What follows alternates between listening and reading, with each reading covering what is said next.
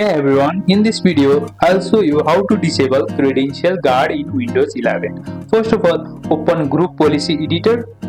Press Windows R in your laptop keyboard and Run button will open and type here gpedit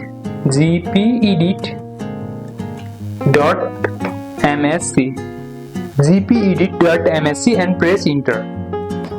After that, the navigate to Credential Guard setting will open and you need to go to Computer Configuration Administrative.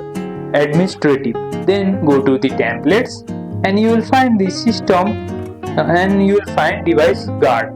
Then click Turn on Virtualization Based Security and this will disable the Credential Guard in the right plane.